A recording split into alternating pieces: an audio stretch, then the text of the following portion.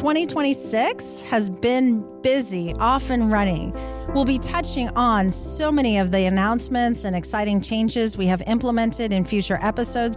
But today I'm excited to check in with some of the fantastic members of the Superintendent Student Advisory Council. We will discuss what they've learned about CCSD during their meetings in the first semester, what they will discuss in the second semester, and what they, as students, want to see in our district's strategic plan. I'm Superintendent Joan Ebert, and this is the Destination District Podcast. Welcome back to the Destination District, a Clark County School District podcast. Thank you to all of our returning listeners, and if this is your first time listening, we're excited to have you. As I've mentioned before, the Destination District podcast was created based on the recommendation of last year's Superintendent Student Advisory Council, or what is also known as SSAC. The council brings together juniors and seniors from across the district to share student perspectives on key CCSD issues.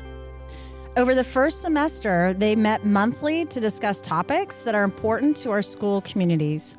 The students interacted with district staff and leadership and provided meaningful questions and offered ways to improve the district for students and staff alike. The first semester focused heavily on student leadership foundations, district operations, technology, and academic policy. Joining me today are the Director of Events and Special Projects, Kelsey Rodman. I'm excited to have Ellie here, a junior at Coronado High School, Caden, a senior at Legacy High School, and Gianna, a senior at Spring Valley High School. Thank you all for joining me today. So Kelsey, you've been able to work with this group for the last several years. Why is the work that these students do so important to the success of making CCSD a destination district? Thank you, Superintendent Ebert. I would say the work is critical. I've been involved in supporting the Superintendent Student Advisory Council for the last 3 years. What I think is incredible about this group is it brings together juniors and seniors from across the district all over. We have over 53 high schools represented on our Superintendent Student Advisory Council, 11th and 12th grade students. And I don't know of another place or format where we can get all those students in one room deciding what we're going to talk about and then bringing in the folks who know the most about it. And I think that's critical becoming a destination district because we want to create a district where students choose to come to school and choose to enroll in CCSD and thrive. And the only way to do that is to take into consideration their honest perspective. Yeah, you think about 53 high schools. There are very few school districts that have that many high schools and you're able to get them all together. I really want to thank you for all the work that you do and setting the context for today's podcast. We have, as I said, the three amazing students, and we're going to touch on many topics from the first semester, but let's go back to the end of summer, even before the first day of school with the 2-day Summer Leadership Institute, which I was excited to pop in at that time. July, it was nice and hot, but you all came together. The summit focused on establishing the council's culture and leadership qualities, which include compassion, character, competence, 3 amazing C's right there. Students also participated in nonverbal communication activities like silent lineup to understand the importance of tone and body language. They also worked on identifying council priorities for the 25-26 school year.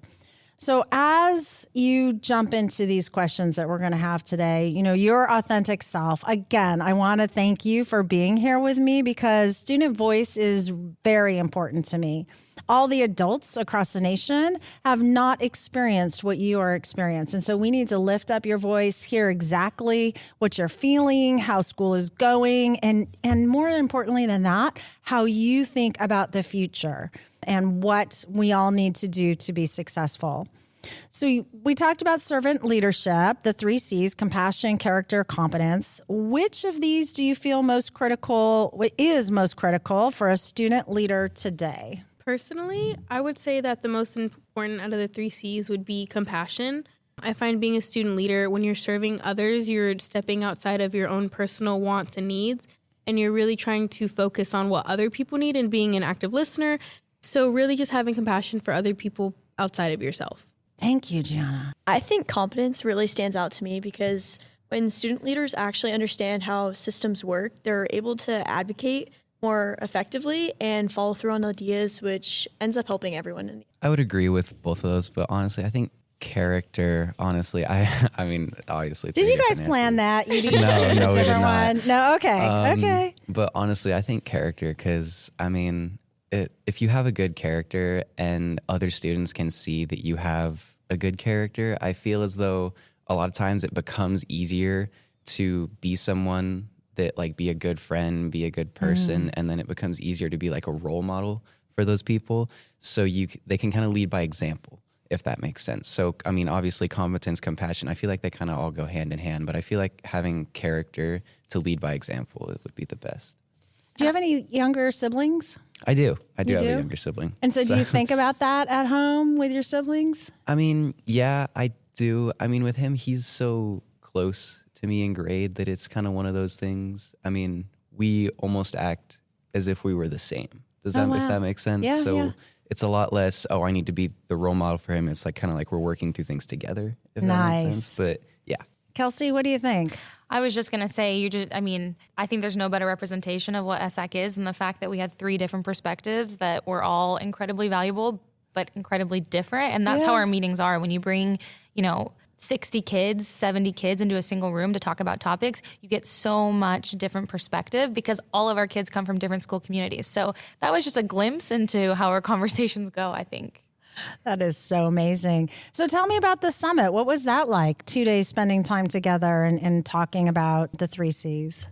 It was very cool to see all the, I mean, I had never seen like how many schools we actually have in the district. I mean, obviously I know we have a lot, but I really didn't think like 53, so like 100 kids like in a room was it was kind of crazy to see how many people we have, and then to discuss all those things with that many people was very interesting to see so many different perspectives on it at once. Well, and the diversity, because you even have colleagues, classmates, I call them classmates, even though they're at a different school, but from Indian Springs, right? Yeah. Driving in. So yeah, a lot of differences. So I'm a junior, and it was really cool to see how every school is so different. Like our school is a 5A school, so it's a really big school.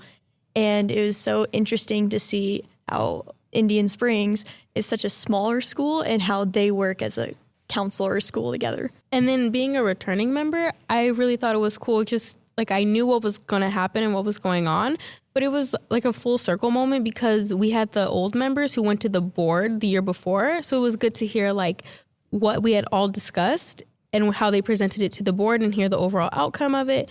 And it was just really exciting to just get back into the room with everyone and just plan out and like see where the year's going to go and just all the topics that we were going to talk about and just being excited to be engaged in all those topics rather than just be part of the result, but be part of like initiating it. Great. So you made it through the July meeting.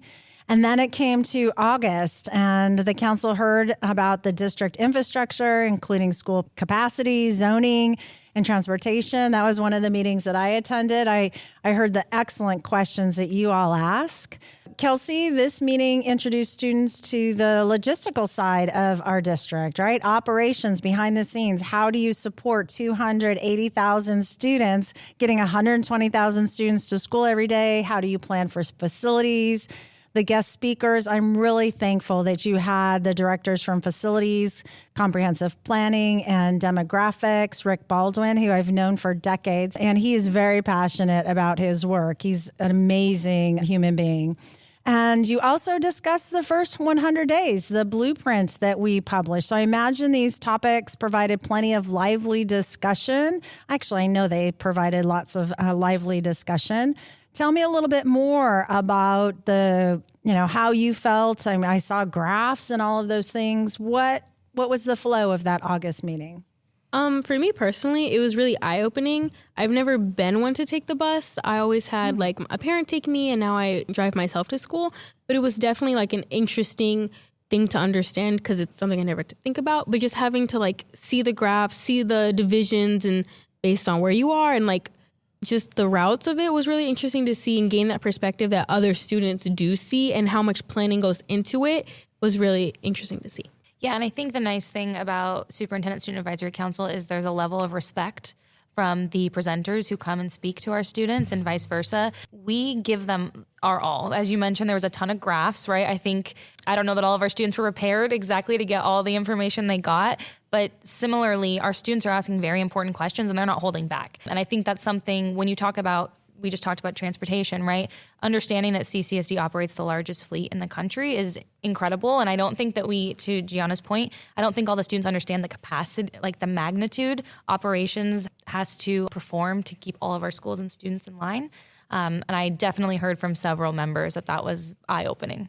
I thought it was really interesting to see the different types of buses as well. Like, I didn't realize there is so many different types. Like, there's the flat nose buses, or there's the round buses, or was there an electric bus? Yes, we have electric buses as well, yeah. And it was really interesting because I've never seen an electric school bus because it seems so, I don't know, out of the ordinary. Like, it's an electric school bus, but it was really interesting to see all of the different ones. So if we move forward to September, kind of rolling through the fall here, the focus was on innovation and wellness, including artificial intelligence, food and nutrition. This session covered two distinct, impactful areas. Again, another fine staff member here in CCSD, Lucas Levitt, who is the Director of Digital Learning, led the discussion on AI, while Food Service Department executive discussed the menus and the nutrition. I remember thinking about that time in the room, and they brought cinnamon rolls, right? We're very proud of CCSD cinnamon rolls. I saw everybody enjoying, which was wonderful as well. And for our listeners, too, we did a topic, I think it was our second podcast, where we discussed AI and all of the components where we are within CCSD. So when we think about this, moving on, how are you seeing artificial intelligence being used in your classrooms right now? And used or not used? I mean, I would like to have the full discussion. And do you feel students have enough guidance on how to use AI ethically? I mean, honestly, I'm just going to say straight up, I've seen a lot of people using it and just using it to write essays for them. That's the most common use I probably see for AI, or in a math class, just using AI to solve problems. But I feel like we could totally, and I know for a fact because I've seen a lot of kids using it. A lot of people create study guides with AI for nice. math assignments, or I guess math quizzes and tests. And there's definitely a lot of applications for such programs that you can totally use them ethically and use them to aid you rather than just doing the work for you. Because I feel like when it does the work for you, you just kind of lose out on that. Obviously you're losing out on that, gaining that knowledge. So definitely using it rather to aid yourself rather than just do it for you is definitely To bring you to the next level. Yeah, to bring you up to that next level. Great. I also see AI being used every day. Even in our conversations at lunch or anywhere we go, AI is always somehow a topic. And I not only see it with students, but I see some teachers using it as well. They use it to create their lesson plans, which can be good and bad. What's the good part of that? I think it's good because it can help them plan out the entire year, and they can follow that timeline so that they don't get fall behind. Do they share that timeline with you? No. I just know one of my teachers uses it, and it was just interesting to see that they use it as well. It's not just a generation thing. Right. Gianna, anything to add? Yeah, I just feel like the use of AI, it's definitely, I think being in high school is given to us on it's interesting because it's we know what it is, but it's also not necessarily restricted from us. We still have access to it. So it's our schools are encouraging us to use it. And I also do believe, at least at my school specifically, they are teaching us how to use it responsibly. And I feel like they're really giving us that autonomy of are you going to use it correctly? You know how, whether you choose to is up to you, because in reality, if ChatGPT does all your assignments, then you're setting yourself up. So I feel like I like that autonomy of being able to use ChatGPT and AI how you find it best suited for yourself and how it's going to set you up for success. Is there anything that you see, as the superintendent for the school district, right? I'm not in 18,000 classrooms. When we think about that, is there anything that you would recommend for our teachers, our principals, or myself to make sure that we're keeping up and supporting our students? I mean, yeah, totally. AI can totally, it's really not hard to teach students and individuals how to address AI with rather using it to do everything for you. I feel like it's very straightforward, teaching them this is what we can do. This is what you should do. Because obviously, I mean, I'm sure some people have seen, you can look something up with AI and it will totally give you a wrong answer. Yes. Thank you for acknowledging that. It can totally be not accurate, and it's not always going to be accurate. So you should still look into your stuff, but by rather teaching your students to lean on it and not necessarily lean completely on it, but kind of use it as a way to help push you forward, you're going to find that there's a lot less errors with it just does everything for you. There's going to be a lot less errors with fact checking and things like that than if you just used it as a way to push you forward. I think it'd be really interesting and cool if there was some way that you could create a guideline for all of CCSD so that every teacher has a certain guideline of how you can use AI, because some of my teachers are really strict on it and don't use it at all, or some are kind of you can use it, but just don't copy straight word for word. But I think it'd be really interesting to create a guideline of this is how you can use it, this is how you shouldn't use it, and things like that. And as an adult in the room, I remember the conversations around AI that we were having that night, and all of us were pretty astounded with the different ways our students are using AI. I mean, we talked about writing the essay, doing the work, but then measuring it up to the rubric and seeing where you would land, different things like that. And I think one of the big recommendations that came out that night that our students really advocated for is kind of what Ellie just touched on. Some sort of consistent training that maybe we can provide to our staff that would help them support our students in responsibly using AI, right, to help support their education. So. Great. And so you had two big, multiple topics that night, but the other one was nutrition. Advice there.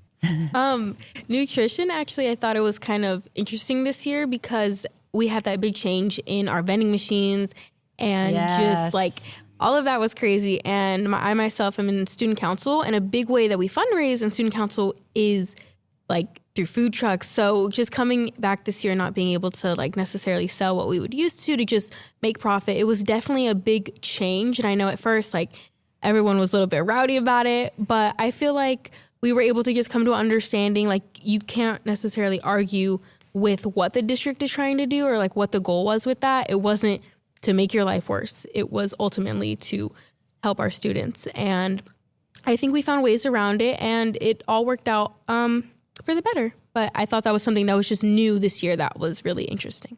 Okay, keep moving through the fall. In October, you were provided insight into the future of learning. The strategic plan in this meeting was one that I really was looking forward to and engaging in all of those things. I know the presenters were able to give great background on the Nevada Portrait of a Learner, which I don't know if all of you know, I was involved in as the state superintendent and went around the entire state to get student voice once again. So, Kelsey, what did the students hear during this discussion? So there was a lot of group discussion. There was a lot of, sticky notes, putting ideas in different places. And ultimately the whole goal of that meeting, right, was one, to let our students know that CCSD is working to create the upcoming strategic plan, that it is a co-designed effort, that we want our student voices and our community and our staff and everyone involved. And so really giving them an understanding of what that process looks like, letting them know how they can get involved, and then almost piloting some of what our upcoming dream sessions will be and things like that with our students. So having, important conversations about, as a student of CCSD, what is, your dream for CCSD. And so we shared a lot of opinions and perspectives. Students talked about, flexibility and student choice and their real world experiences and applying that to the classroom. But I will also leave it up to you guys if you want to add anything. It was definitely a lot of discussion at that meeting. It was something where it was more reflective of your thoughts and our thoughts as councils and our thoughts as people who went to different schools. So I thought it was really eye-opening to just hear everyone's perspective. So when we think about that work and how we can include student voice in everything that we do, I was really proud of the surveys with the school start time. They had the survey results was over 60% of the respondents were students, which I was just so proud of everyone that participated. I hope that you all participated as well. How can we ensure, not just through surveys, but how can we ensure that student voices remain a central part of the work as we develop the strategic plan? I know we have Gianna, who's a senior, ready to go on, Kaden, but you have a younger brother. You're going to be here with us, Allie, for another year, thank goodness. And I don't like to wait to make change in the positive direction. So how can we make sure that student voice continues to be part of our strategic planning? I think the biggest thing is that making sure that the student input isn't just collected, but actually used. And you can see that through the school time, it actually used. But when students see their feedback actually reflected in real decisions, it builds trust and encourages more people to speak up and like, hey, you can have input on this decision. Do it.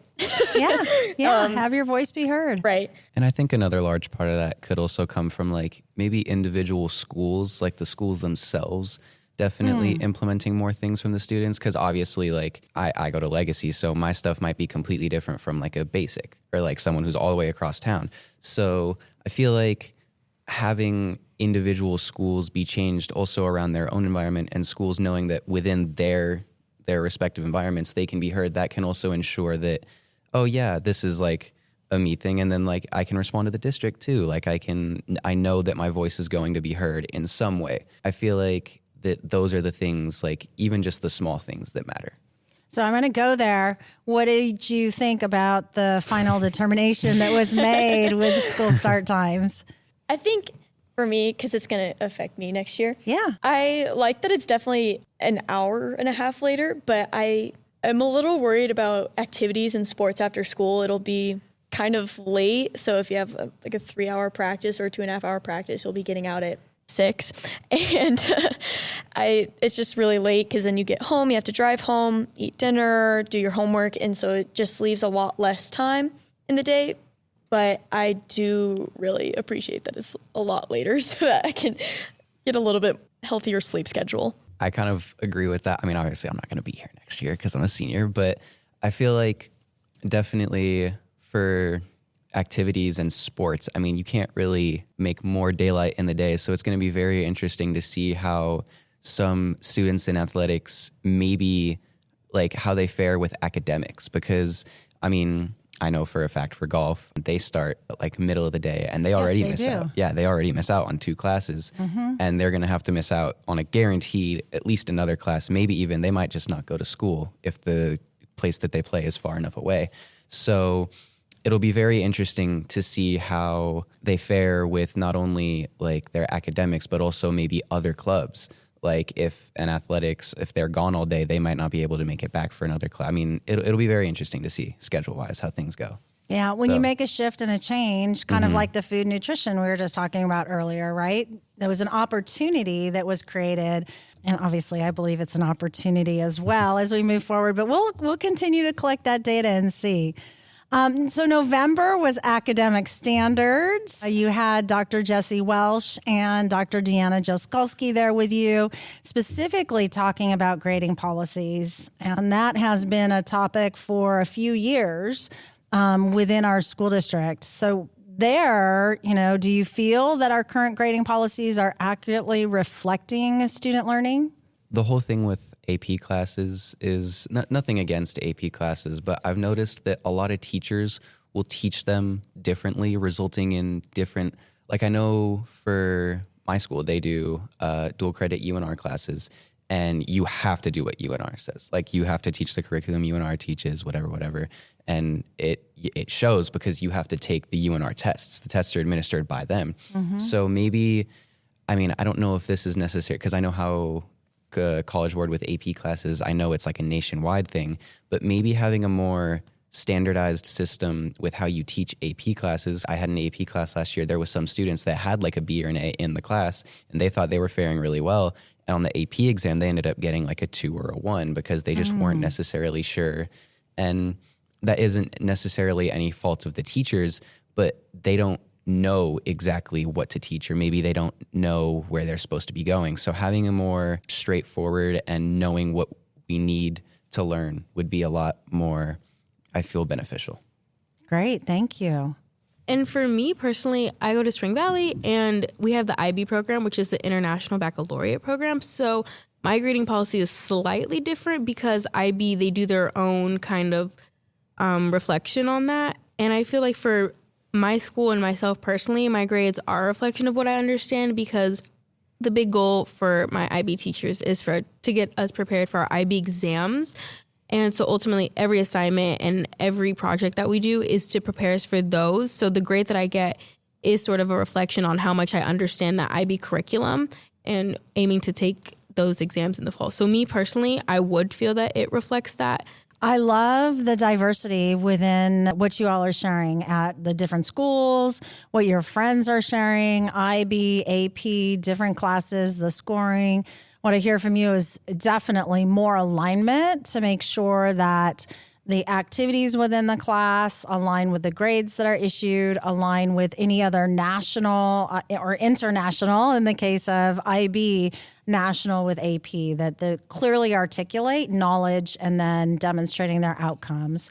So as we wrap up what has been a great discussion, I am so thankful that you made time for us today. These topics that you've had during the first half of the school year, I want to go around and ask each of you what makes you excited to be part of the Superintendent Student Advisory Council and why students should continue to participate in opportunities to let your voices to be heard in the Clark County School District. Personally, I like to challenge myself, and being a part of SSAC has really grown me. I've been exposed, and I've been able to explore many more opportunities that I'm so thankful for. Just being with Kelsey and Neil, they've just given me opportunity that I never would have thought I would be sitting at the table with the superintendent. Like, just all these things that have just shaped me as a leader, as a person, as a woman who's about to go off into college and just really explore this next. In my previous years, I hadn't heard of the Superintendent Student Advisory Council, but when I got an email from my principal saying like, hey, there's this really cool opportunity, you're very involved, like you should do this. And it was eye-opening to really see what's available to you. And it's super cool. I mean, yeah, what they said, it's really cool. It's an amazing opportunity to be able to have your voice and opinion heard in a room where there's so many different people doing really just doing different things. I mean, I'm sure that when we have SSAC at I think it's 4, whenever we have it, I'm sure that we're all coming from different places. I mean, some kids probably got out at 1:11 and they stayed at their house until they came here. And I mean, I know for me, I was at the school until I went to the SSAC meetings. So to know that there's so many different people doing different things in that room and having their own opinions on things and then coming together to really show those and present them to people that can make that change is really, really nice to see. You know, Kaden, thank you so much for being here. Ellie, Gianna, this has been wonderful to spend this time with you. You bring my heart such joy. And then Kelsey's here with us as well. I heard you mention Neil earlier too. We need to give Neil some love and shout out as well. So I want to thank you again for taking the time to be here today and for all of your hard work on the Superintendent's Student Advisory Council. I'm really excited for when you come to the school board meeting in May and present your ideas and concept for the future and help lift it up. So thank you again from the bottom of my heart for being here, and I look forward to seeing you next month. Thank you. you. Thank you very much. As we discussed in this episode, CCSD is hosting Community Dream sessions throughout February, and I invite anyone to attend and provide their voice to the future of education in the district. For more information about the Dream sessions or listen to previous episodes, please visit ccsd.net. This has been Destination District, a CCSD podcast recorded at Vegas PBS Podcasting Studio. Remember, the destination is better when we get there together. Have a great day.